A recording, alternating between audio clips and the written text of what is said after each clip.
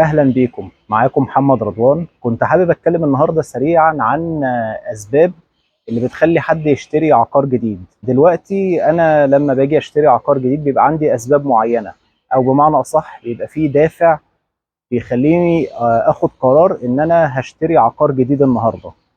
طيب ايه هي الدوافع دي، او ايه هي الاسباب دي؟ انا كنت اتكلمت في فيديو قبل كده عن الحاجات اللي المشتري المفروض يفكر فيها قبل ما يقرر يشتري عقار جديد. في نقط معينة لازم يبقى حاططها في الاعتبار او ياخد باله منها. اول حاجة اتكلمت فيها كان ان هو يحدد هدفه او يحدد سبب شراء عقار جديد. فخليني النهاردة اتكلم على النقط دي. لو انت بتفكر تشتري عقار، او لو انت وسيط عقاري وبتتفرج عليا، الكلام ده ان شاء الله ممكن يفيدك لما تكون بتأهل عميل كلمك قال لك انا عايز اشتري عقار. فدي من الاسئله، او دي من الحاجات اللي انت بتسالها للعميل عن اسباب او دوافع لشراء العقار الجديد، لان ده هيساعد بشكل كبير جدا في انك تاخد القرار الصح، او انك توجه عميلك للعقار الصح اللي هيشتريه. دلوقتي لما حد بيجي يشتري عقار جديد بيبقى ليه دافع من الثلاث دوافع لما بيجي يشتري العقار ده. دافع الوقت، ودافع المال الفلوس، ودافع راحة البال، او بالانجلش بيقولوا عليها الكونفينينس. دول الثلاث دوافع للشراء. دافع الوقت، دلوقتي واحد مأجر شقة والايجار بتاعه هيخلص مثلا خلاص كمان شهر او شهرين، ومحتاج خلال الفتره دي ان هو يلاقي عقار تاني يشتريه خلال الوقت ده. او ممكن تكون شركه برضو عقد الايجار بتاعها هيخلص وعايزه تنقل المقر بتاعها، تشوف مقر تاني للشركه في خلال الوقت ده شهر او شهرين مثلا. او واحد مثلا بره، مسافر بره وهينزل البلد قريب خلال شهرين، فهو محتاج خلال المدة دي يكون لقى عقار يشتريه. هنا في دافع الوقت، هو اللي بيشتري بناء على وقت معين، محتاج يلاقي العقار المناسب اللي هو بيدور فيه. وهنا دلوقتي ده بيخليك تحدد اكتر إيه الحاجة المناسبة اللي انت هتشتريها. غالبا انت هتبقى بتدور على حاجه تكون ريدي تو موف، حاجه جاهزه للاستلام وجاهزه للسكن. لو انت مثلا بتشتري من مطور لازم هتكون الحاجه دي جاهزه للاستلام والسكن، وغالبا تكون الحاجه دي متشطبه، مش نص تشطيب ولسه هتاخد وقت على ما تشطبها. غالبا برضو انت ممكن العقار اللي هتشتريه ده هيكون ريسيل، هتشتريه كاش ريسيل، حاجه اعاده بيع، مش هتشتري في مشروع جديد. ممكن يكون الحل الانسب ليك انك تأجر مثلا. فده بالنسبه لدافع الوقت. تاني دافع عندنا هو دافع المال، دافع الفلوس. انا بشتري بدافع المال اللي هو الاستثمار، انا بشتري بهدف الاستثمار. وهنا موضوع الاستثمار ده يعني ده ممكن ابقى اعمله فيديو تاني لوحده. بس باختصار كده، هو حتى الاستثمار ليه هدف. يعني انت لازم تبقى محدد انت هدفك ايه من الاستثمار ده. انت هتقول لي النهارده انا عايز اشتري عقار بهدف الاستثمار، طب دي كلمة عايمة. انت ايه هدفك من الاستثمار؟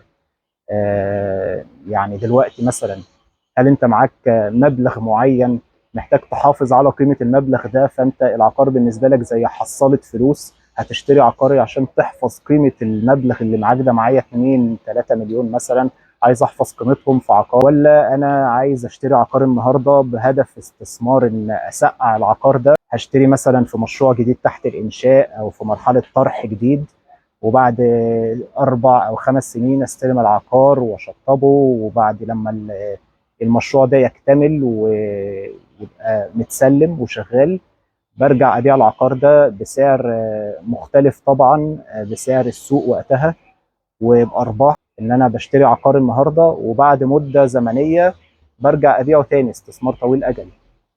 ممكن يبقى هدفك انك عايز تشتري عقار ويجي لك منه دخل ثابت.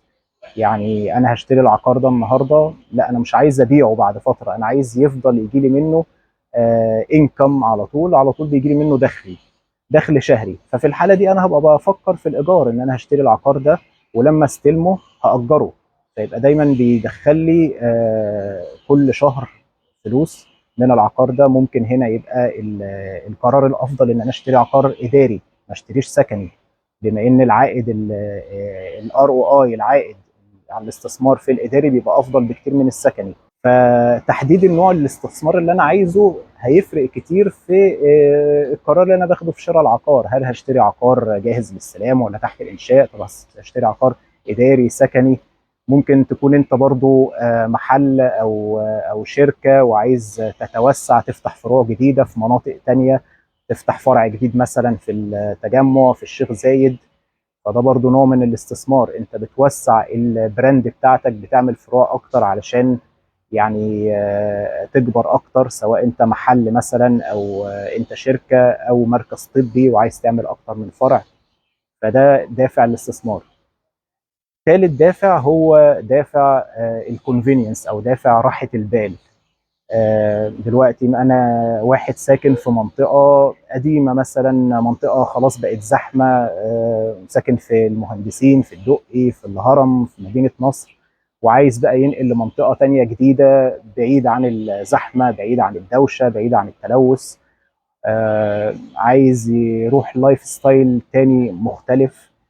ممكن يكون راجل وزوجته وولاده كبروا خلاص ويعني بقوا عايشين لوحدهم، فعايزين يعملوا داون سايزنج، يشتروا شقة أصغر في مكان تاني. ممكن يكون شاب بيتجوز وعايز يشتري يجهز شقة جديدة، يكون بيدور مثلا في منطقة يكون قريب من الأهل والأقارب. ممكن يكون شركة وعايزه تنقل المقر بتاعها، شركه مثلا واخده في مقر في منطقه قديمه في شقه بتستغلها اداري، وهي الشقه اصلا سكني، فعايزه تنقل لمقر اداري مرخص اداري في مول في منطقه جديده، يبقى افضل ليها كمساحه وكترخيص وحتى كايمج قدام الكلاينتس بتاعتها. فده بالنسبه لدافع راحه البال. دي كانت الثلاث دوافع للشراء لما بيكون حد بيشتري عقار جديد او بيأجر، بيكون بدافع من الثلاث دوافع دي. واخيرا بفكركم اللي عايز يتواصل معايا اي وقت هيلاقي وسائل التواصل بتاعتي كلها موجوده، سواء بالتليفون او عن طريق الايميل او عن طريق السوشيال ميديا، صفحتي على الفيسبوك او الانستجرام او لينكد ان. يقدر يتواصل معايا اي وقت. شكرا ليكم واشوفكم في فيديوهات تانية كتير.